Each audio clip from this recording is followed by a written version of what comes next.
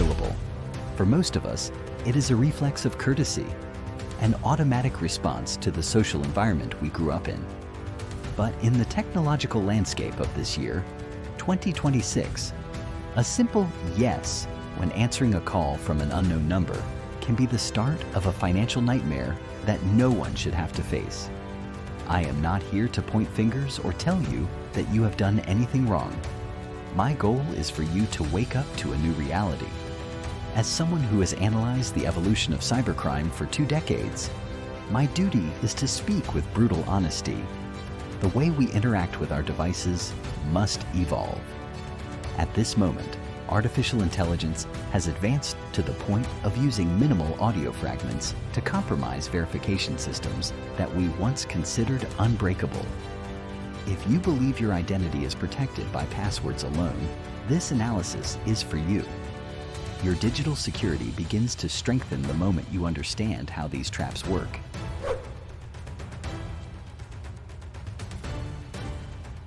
The battlefield of social engineering has mutated invisibly. Attackers are no longer just looking for you to reveal a secret code via text message.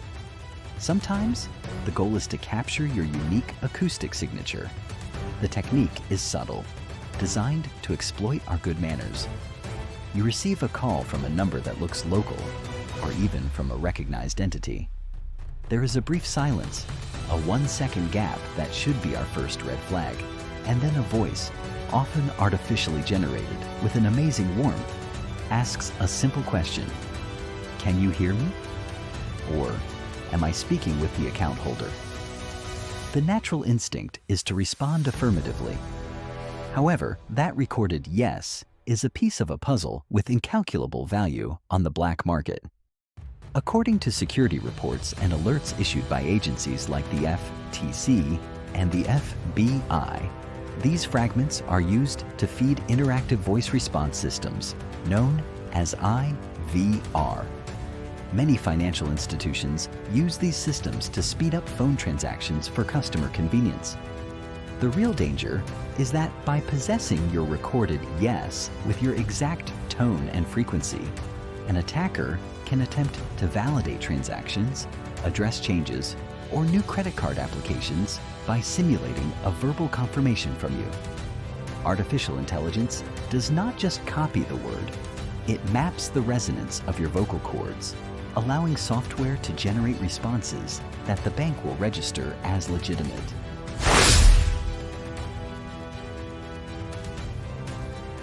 The sophistication of attacks in this year, 2026, has surpassed what we used to see in movies. We no longer hear robotic or metallic voices. Generative IA now replicates the cadence, the micro-pauses in breathing, and even the emotional intonation of a real person. This is what allows the creation of so-called synthetic identities. Imagine a criminal taking your basic data, like your name or address, which often circulate in mass data leaks, and combining them with a perfect voice clone. To understand the magnitude, let us analyze a real-world case study. Recently, a financial services firm in Europe reported that an employee processed a $25 million transfer after receiving a video call where the chief financial officer gave the order directly. It was not the director. It was a real-time voice and video deepfake.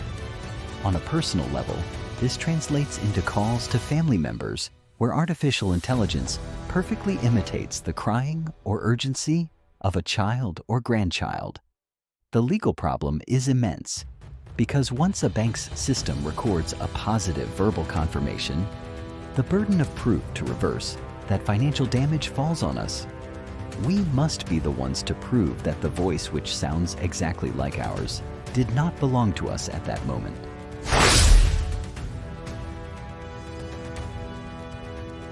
From my point of view, we have fallen into a dangerous comfort zone. Institutions often prioritize seamless interfaces, so we do not feel annoyed when using their services. They tell us, your voice is your password. It sounds modern and secure, but in the era of generative artificial intelligence, it is a protocol with critical vulnerabilities that we cannot ignore.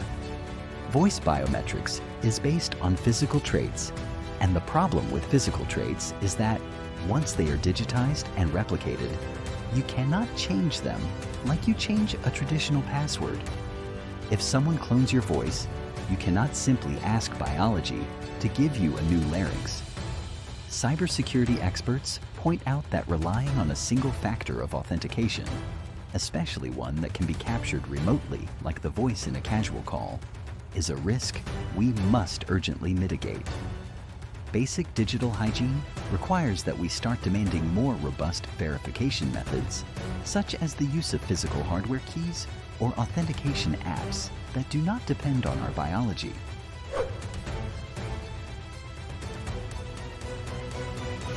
This is where we move from concern to action. Effective prevention requires us to reprogram our daily habits. My main recommendation is simple, but it requires discipline. Never respond with a yes to a call from an unverified source.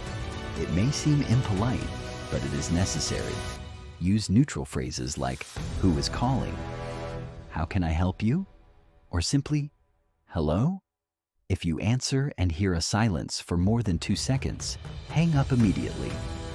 That silence is the processing time an automated dialer needs to assign you to an operator, or for the artificial intelligence to start recording.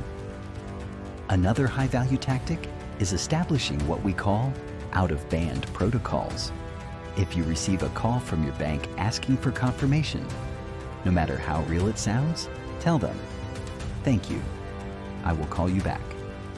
Hang up and call the official number on the back of your bank card yourself. Never use the number they called you from. Additionally, implement a secret safe word with your family circle. If someone calls claiming to be in an emergency, they must say the safe word. If they do not know it, it is a clear sign that you are facing identity theft.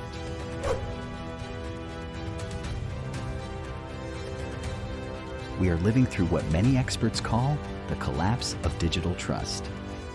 It is an uncomfortable reality. We can no longer blindly trust what our ears hear through a headset.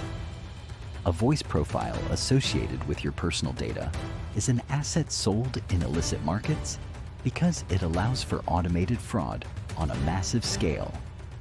The security of your assets today depends directly on your ability to be constructively skeptical. Moving forward, we will see that voice will no longer be accepted as sole proof in important legal or banking processes. But until we reach that regulation, you are your own shield. Every flicker of a banking app on your phone, every unusual color change on a login screen, or every unexpected voice request must be treated as a possible data capture attempt. Caution is not paranoia. It is the intelligent response to a world where attack tools have advanced faster than bank defenses.